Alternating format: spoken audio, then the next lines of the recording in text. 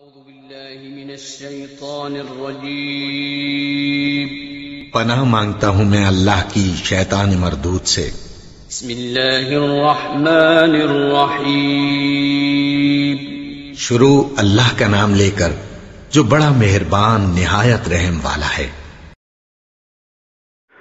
أعوذ بالله من الشيطان الرجيم بسم الله الرحمن الرحيم ويعلمه الكتاب والحكمة والتوراة والإنجيل ورسولا إلى بني إسرائيل أني قد جئتكم بآية من ربكم أني أخلق لكم من الطين كهيئة الطير فأنفخ فيه فيكون طيرا بإذن الله وأبرئ الأكمه والأبرص وأحيي الموتى بإذن الله وأنبئكم بما تأكلون وما تدخرون في بيوتكم إن في ذلك لآية لكم إن كنتم مؤمنين ومصدقا لما بين يدي من التوراة ولأحل لكم بعض الذي حرم عليكم وجئتكم بآية من ربكم فاتقوا الله وأطيعون إن الله ربي وربكم فاعبدوه هذا صراط مستقيم ويعلمه الكتاب اور تعلیم دے گا اسے اللہ کتاب کی والحکمت اور دانائی کی والتورات والانجیل اور تورات اور انجیل کی ورسولا اور رسول بنا کر بھیجے گا الی بنی اسرائیل بنی اسرائیل کی طرف انی قد جئتکم تو وہ آ کر کہیں گے بے شک میں تحقیق لایا ہوں تمہارے پاس بآیت من ربکم نشانی تمہارے رب کی طرف سے انی اخلق لکم بے شک میں بناتا ہوں تمہارے لیے من الطین گارے سے کہیت الطیر پرندے کی شکل فانفخ فیہ پھر پھونک مارتا ہوں میں اس میں فیکون پھر ہو جائے گا وہ طیرم باذن اللہ زندہ پرندہ اللہ کے حکم سے وَأُبْرِئُ الْأَكْمَحَ اور میں اچھا کر دیتا ہوں مادرزاد اندھے کو والابرص اور کوڑ کی بیماری والے کو وَأُحْيِي الْمَوْتَى اور میں زندہ کر دیتا ہوں مردوں کو بِإِذْنِ اللہ اللہ کے حکم سے وَأُنَبِّئُكُمْ اور میں تمہیں بتاؤں گا بِمَا تَأْكُلُونَ جو تم کھاتے ہو وَمَا تَدَّخِرُونَ اور جو تم ذخیرہ کر دیتے ہو فی بیوتکم اپنے گھروں میں ان فی ذالک بے شک اس میں لآیۃ لکم البتہ نشانی ہے تمہارے لیے ان کنتم مؤمنین اگر تم ایمان رکھتے ہو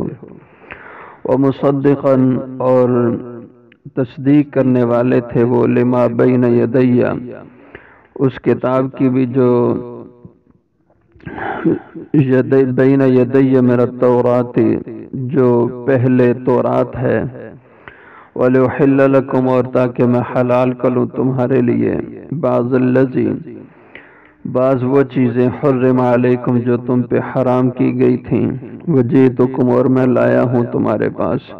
بآیت من ربکم نشانی تمہارے رب کی طرف سے فاتقوا اللہ پس ڈرو اللہ سے واطیعون اور میرا کہنا مانو ان اللہ ربی بے شک اللہ میرا رب ہے وربکم اور تمہارا بھی پروردگار ہے فاعبدو پس اسی کی بندگی کرو ھذا صراط مستقیم یہ راستہ ہے سیدھا۔ تو گزشتہ درس میں حضرت عیسیٰ علیہ السلام کی پیدائش کا ذکر تھا کہ فرشتے نے آ کر حضرت مریم کو خوشخبری دی کہ اللہ تعالیٰ تمہیں ایک بیٹا دیں گے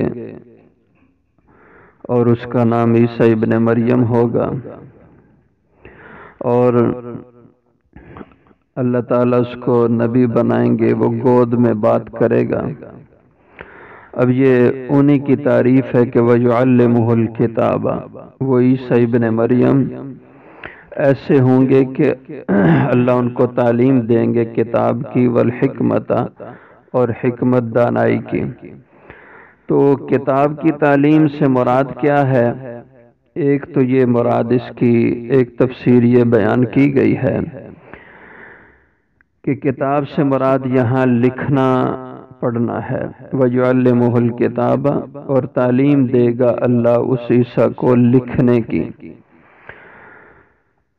تو چونکہ پہلے حضرات انبیاء علیہ السلام لکھنا پڑھنا جانتے ہوتے تھے، اللہ کی طرف سے انہیں یہ تعلیم دی جاتی تھی۔ یہ صرف حضور صلی اللہ علیہ وسلم کا اعزاز ہے کہ آپ کو اللہ نے لکھنا پڑھنا نہیں سکھایا تھا، اور آپ اس سے پہلے لکھنا پڑھنا بالکل ہی جانتے نہیں تھے، اور نہ اپنی زندگی میں آپ نے لکھا، نبوت کے بعد بھی لکھتے نہیں تھے۔ آپ کی طرف سے خطوط وغیرہ اور صحابہ لکھتے تھے، اسی لیے آپ کا لقب قرآن کریم میں امی کا بیان کیا گیا، یعنی وہ شخصیت جس نے کسی سے لکھنا پڑھنا نہیں سیکھا۔ تو یہ حضرات انبیاء علیہ السلام کو اللہ کی طرف سے تعلیم دی جاتی تھی لکھنے کی، لیکن یہ حضور کو اللہ نے یہ نہیں دی، اور آپ کی شان اللہ نے امی ہونے کی رکھی۔ اسی وجہ سے آپ کی امت کا لقب بھی آپ کی وجہ سے امیین پڑ گیا۔ تو ایک تفسیر اس کی یہ ہوئی کہ اللہ اس کو لکھنے کی تعلیم دیں گے، والحکمت، اور دانائی کی باتوں کی تعلیم دیں گے۔ اور دوسری اس کی تفسیر یہ بیان کی ہے کہ کتاب سے مراد یہ قرآن ہے، اور حکمت سے مراد حضور صلی اللہ علیہ وسلم کی سنت ہے کہ اللہ تعالیٰ عیسیٰ کو تعلیم دیں گے الکتابہ قرآن کی، والحکمت، اور حضور کی سنت کی۔ اور یہ معقول تفسیر ہے اس وجہ سے کہ حضرت عیسیٰ علیہ السلام کا نزول قرب قیامت میں ہوگا، قیامت سے پہلے آپ کا اترنا آسمانوں سے، اور اس وقت آپ کا آسمانوں پہ زندہ ہونا، اس کا قرآن پاک میں بھی ذکر ہے، اور احادیث متواترہ میں اس کا ذکر موجود ہے۔ اس لیے امت مسلمہ کا اجماعی عقیدہ ہے کہ حضرت عیسیٰ علیہ السلام کو اللہ نے زندہ آسمانوں پر اٹھا لیا تھا، اور پھر قیامت سے قریب حضرت عیسیٰ کا نزول ہوگا، اور دمشق کی جامع مسجد میں حضرت عیسیٰ علیہ السلام فجر کی نماز کے وقت اتریں گے، اور نماز کا وقت ہو چکا ہوگا، حضرت امام مہدی رحمہ اللہ کا ظہور ہو چکا ہوگا، اور امام مہدی دمشق کی جامع مسجد میں فجر کی امامت کرانے کے لیے مصلی پر آ چکے ہوں گے کہ باہر سے آوازیں آنا شروع ہو جائے گی کہ حضرت عیسیٰ کا نزول ہو گیا۔ تو حضرت عیسیٰ علیہ السلام کے لیے حضرت امام مہدی مصلی چھوڑ دیں گے کہ آپ نماز پڑھائیں، لیکن حضرت عیسیٰ علیہ السلام فرمائیں گے کہ حضرت یہ نماز میں نے آپ کے پیچھے پڑھنی ہے۔ اگرچہ مرتبہ حضرت عیسیٰ کا حضرت امام مہدی سے بڑا ہے کہ آپ کو اللہ نے نبوت دی، لیکن یہ ایک نماز حضرت عیسیٰ فرمائیں گے کہ میں نے آپ کے پیچھے پڑھنی ہے۔ اس کے بعد پھر حضرت عیسیٰ علیہ السلام خود نمازوں کی امامت کروائیں گے، اور اس کے بعد حضرت عیسیٰ علیہ السلام قرآن و سنت کے مطابق عمل بھی کریں گے، اور فیصلے بھی اس کے مطابق کریں گے۔ اس لیے ضرورت تھی کہ آپ کو اللہ قرآن کی بھی تعلیم دیں اور حضور کی سنت کی بھی تعلیم دیں، اس لیے مفسرین نے اس کی یہ تفسیر بھی فرمائی۔ والتورات، اور اللہ آپ کو تعلیم دیں گے تورات کی، والانجیل، اور انجیل کی۔ تورات حضرت موسیٰ علیہ السلام پر نازل ہوئی، اور قرآن کریم کے بعد افضل جو کتاب ہے وہ یہی تورات ہے۔ والانجیل، اور انجیل کی تعلیم، اور انجیل حضرت عیسیٰ پہ نازل ہوئی، لیکن انجیل کی تعلیمات بھی اصل تورات ہی کی تھیں۔ اصل کتاب ان دو میں تورات تھی، انجیل گویا تورات کا ایک ضمیمہ تھی، یعنی کچھ مضامین جو اس سے رہ گئے تو اہم 2-4 مضامین وہ انجیل میں الگ سے بیان کیے گئے، باقی اصل کتاب تورات ہی تھی۔ وَرَسُولًا إِلَىٰ بَنِي إِسْرَائِيلَ، اور آپ کو رسول بنا کر بھیجے گا اللہ بنی اسرائیل کی طرف۔ یہ صرف بنی اسرائیل کے پیغمبر تھے، حالانکہ اس وقت اور بھی قومیں آباد تھی حضرت عیسیٰ کے زمانے میں، لیکن حضرت عیسیٰ صرف دعوت اور تبلیغ کا کام کرتے تھے بنی اسرائیل میں، اور آپ فرماتے تھے کہ مجھے اللہ نے بنی اسرائیل کی کھوئی ہوئی بھیڑوں کے لیے بھیجا ہے بس۔ اور ایک دفعہ ایک عورت آئی، اور وہ بوڑھی عورت تھی، کسی اور قوم سے اس کا تعلق تھا، بنی اسرائیل سے نہیں، تو اس نے کہا کہ مجھے بھی آپ اپنا فیض عطا فرمائیں، تو آپ نے فرمایا کہ نہیں، مجھے اللہ نے صرف بنی اسرائیل کے لیے بھیجا ہے، اور تم کسی اور سے جا کے اب فیض حاصل کرو۔ تو یہ پہلے انبیاء علیہ السلام کا یہی اللہ کے بھیجنے کا طریقہ تھا کہ وہ خاص قوموں کے لیے آتے تھے، خاص علاقوں کے لیے آتے تھے۔ یہ حضور کی شان ہے کہ آپ کو اللہ نے پوری انسانیت کا نبی بنا کر قیامت تک کے لیے بھیجا ہے۔ تو رسول بنا کر بھیجے جائیں گے بنی اسرائیل کی طرف، انی قد جئتکم بآیات من ربکم۔ جب وہ تشریف لے آئیں گے تو حضرت عیسیٰ آ کر تشریف لا کر اپنی قوم میں تو یہ کہیں گے انی قد جئتکم، بے شک میں تحقیق لایا ہوں تمہارے پاس، بآیات من ربکم، نشانیاں اپنے تمہارے رب کی طرف سے، کہ معجزات دے کر اللہ نے مجھے بھیجا ہے۔ اور وہ معجزات کیا تھے؟ ان معجزات میں یہ ہیں، انی اخلق لکم من الطین، کہ بے شک میں بناؤں گا تمہارے لیے گارے سے، تین کہتے ہیں مٹی اور پانی کو ملا کر گارا جو تیار کیا جاتا ہے اس کو طین کہا جاتا ہے، اور جو خشک مٹی ہو اس کو تراب کہتے ہیں عربی کے اندر۔ تو یہ انسان کی تخلیق جہاں اللہ نے فرمایا وہاں پہ بھی طین کا لفظ استعمال فرمایا کہ انسان کو اللہ نے کیچڑ سے اور گارے سے تیار فرمایا۔ تو میں بناؤں گا تمہارے لیے من الطین، گارے سے، من کہیات الطیر، پرندوں کی شکل، پرندے کا مجسمہ، اور اس کی شکل مٹی سے بناؤں گا، فانفخ فیہ، پھر اس مٹی میں پھونک ماروں گا، فیکون طیرا باذن اللہ، تو وہ ہو جائے گا زندہ پرندہ اللہ کے حکم سے۔ یعنی مجھے اللہ نے یہ معجزہ دیا کہ میں ایسے کروں تو زندہ پرندہ ہو جاتا ہے، اور پھر آپ ایسے کرتے تھے، پرندہ مٹی سے بناتے اور اس میں پھونک مارتے تو اللہ کے حکم سے وہ زندہ ہو جاتا۔ وَأُبْرِئُ الْأَكْمَحَ، اور میں تندرست کروں گا، اچھا کر دوں گا، الاکمہ، اکمہ کہتے ہیں مادرزاد اندھے کو، دنیا میں اس کا علاج نہیں، لیکن حضرت عیسیٰ علیہ السلام اس کی آنکھ پر ہاتھ پھیرتے، اللہ اس کو بینائی عطا فرماتے۔ والابرص، کوڑ کی مرض، جسم میں سفیدی آ جاتی ہے، اور خاص عذاب، وہ جہاں پہ زیادہ اس بیماری کا اثر ہو وہاں سے گوشت جھڑنا شروع ہو جاتا ہے۔ اور بعض نے اس کا مطلب پھل بہری کی بیماری بھی لیا ہے۔ بہرحال کوئی بھی بیماری، اور یہ ایسی بیماریاں جن کا علاج دنیا میں نہیں ہوتا، حضرت عیسیٰ علیہ السلام ان کے جسم پہ ہاتھ پھیرتے اللہ تندرست کر دیتے تھے۔ اور کم و بیش حضرت عیسیٰ علیہ السلام نے اس طرح کے لوگ جو آپ کے عمل سے تندرست اور صحیح ہوئے، شفایاب کیے اللہ نے، وہ 50,000 کے لگ بھگ تھے۔ اور آپ یہ معجزہ تب دکھاتے تھے جب اس مریض اور بیمار کو کہتے کہ ایمان لے آ، اور وہ کہتا مجھے آپ درست کر دیں، تو آپ اس شرط سے اس کو درست کرتے کہ اگر اللہ تیری بیماری کو ختم فرما دیں تو تو مجھ پر ایمان لائے گا، تو وہ کہتا کہ ٹھیک ہے میں ایمان لاؤں گا، تب آپ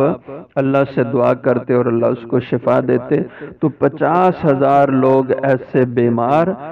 آپ کی دعا سے تندرست ہوئے تو ایمان انہوں نے قبول کیا۔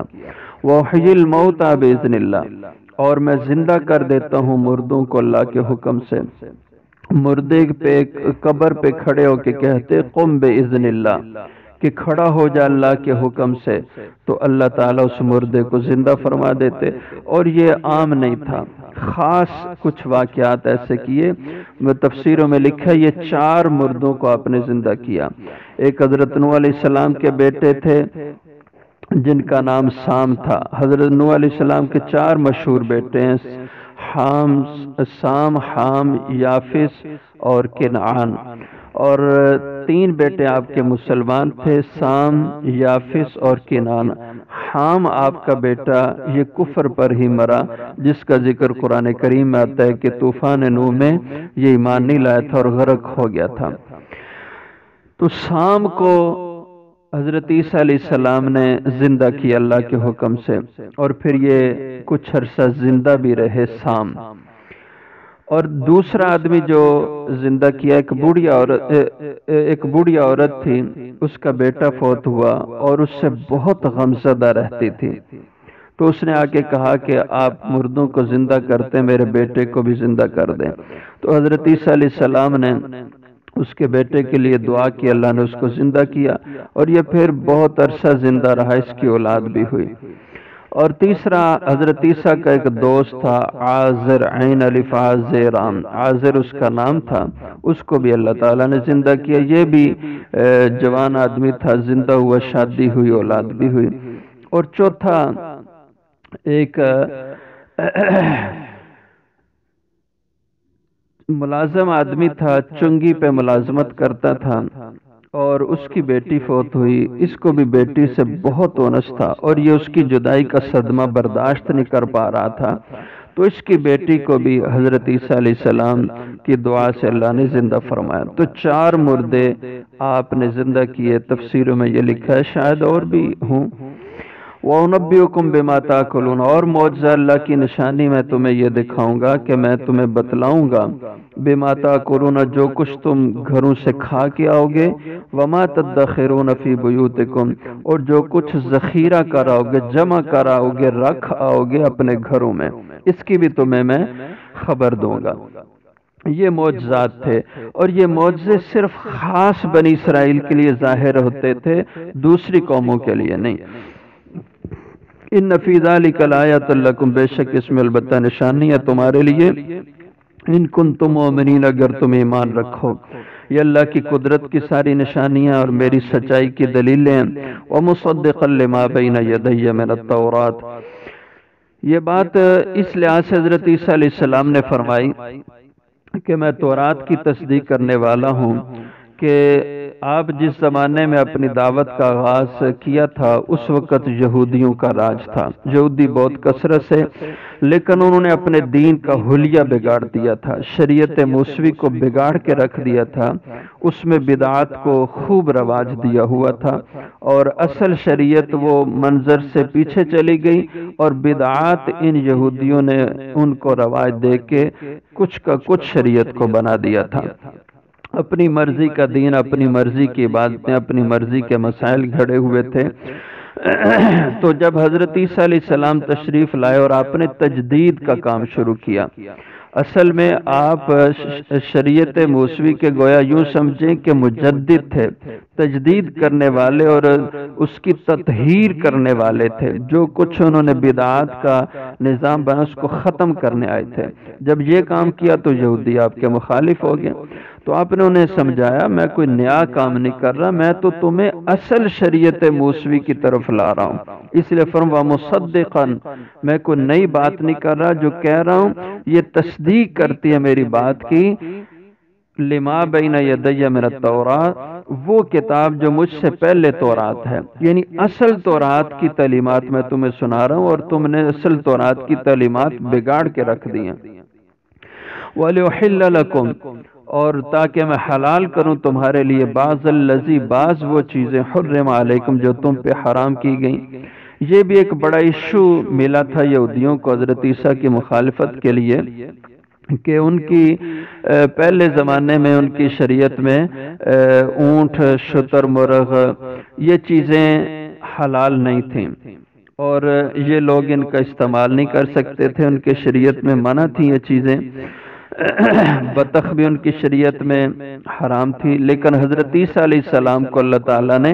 یہ چیزیں حلال کر دیں، تو فرمایا جو تم پہ حرام پہلے تھی وہ اب تم پہ حلال کرو۔ جب انہوں نے ان کی حلت کا کہ یہ حلال ہے حرام نہیں ہے، اونٹ بھی حلال ہے، شتر مرغ بھی حلال ہے، بطخ بھی حلال ہے،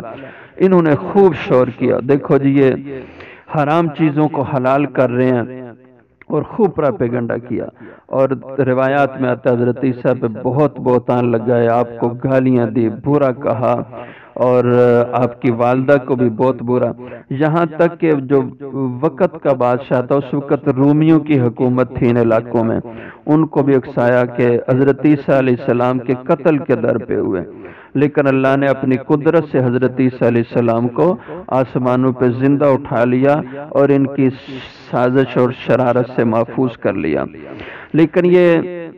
آپ نے جو لوگوں کو اصل دین کی تعلیمات دیں تو اس کی وجہ سے وہ لوگ اس وقت کے یہودی آپ کے مخالف ہو گئے، اور یہ بہت بڑا المیہ ہوتا ہے جب اہل علم لوگ دین پہ پردہ ڈال دیں، اصل شریعت کو اور سنت کو مٹا دیں، اور نبی کی تعلیمات کے خلاف اپنی مرضی کی گھڑی ہوئی چیزوں کو رواج دے دیں، جیسے آج اللہ معاف کرے ہمارے زمانے میں بھی ایسا ہو رہا ہے۔ حضور پاک صلی اللہ علیہ وسلم کی جو سنتیں ہیں وہ آج لوگوں نے پس منظر میں کر دیا اور بدعات کو رواج دے دیا،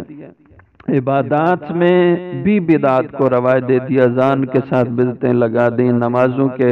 بعد، جنازے کے بعد، اور جو ہے نا غمی اور خوشی کے موقعوں کے اندر بدعات۔ اصل جو سنت کا نقشہ تھا وہ ان بدعات کی وجہ سے پس منظر میں چلا گیا، اور اب یہ ربیع الاول کا مہینہ شروع ہو گیا، اس کے اندر پتہ نہیں کیا کچھ دین کے عنوان پر، حضور صلی اللہ علیہ وسلم کی محبت کے عنوان پر کس قدر بدعات۔ حالانکہ ربیع الاول حضور کی زندگی میں بھی آتا رہا، حضرت ابو بکر صدیق کی زندگی میں، حضرت عمر کی زندگی میں، حضرت عثمان کی زندگی میں، حضرت علی المرتضیٰ رضی اللہ عنہ کی زندگی میں، لیکن یہ نقشہ نہیں بنایا گیا، یہ طرز نہیں بنائی گئی جو آج ہے، اور اس کو اصل دین کا نام دے دیا گیا۔ یہ جو بگاڑ ہے بدعات کا، یہ سخت نقصان دہ ہوتا ہے اصل دین کے لیے۔ تو فرمایا کہ میں کوئی نئی چیز پیش نہیں کر رہا، میں تو اصل شریعت تمہیں بتا رہا ہوں۔ وجئتکم بآیات من ربکم، اور میں لایا ہوں تمہارے پاس تمہارے رب کی طرف سے دلیل، نشانیاں۔ فاتقوا اللہ، پس اللہ سے ڈرو اور میری مخالفت نہ کرو، واطیعون، اور میری اطاعت اور اتباع کرو۔ نبی کا مقصد یہ ہوتا ہے کہ امت نبی کے پیچھے چلے، نہ یہ کہ نبی کو پیچھے چھوڑ کے نبی سے آگے نکلنا شروع کر دے۔ بدعت کا یہی مطلب ہے کہ سنت کو وہ امتی پیچھے چھوڑ کے جا رہا ہے اور خود آگے نبی سے نکل کے نئے نئے طریقے نیکی اور عبادت کے رواج دے رہا ہے۔ ان اللہ ربی وربکم فاعبدوہ ھذا صراط مستقیم، اس کا انشاءاللہ پھر کل ذکر کریں گے۔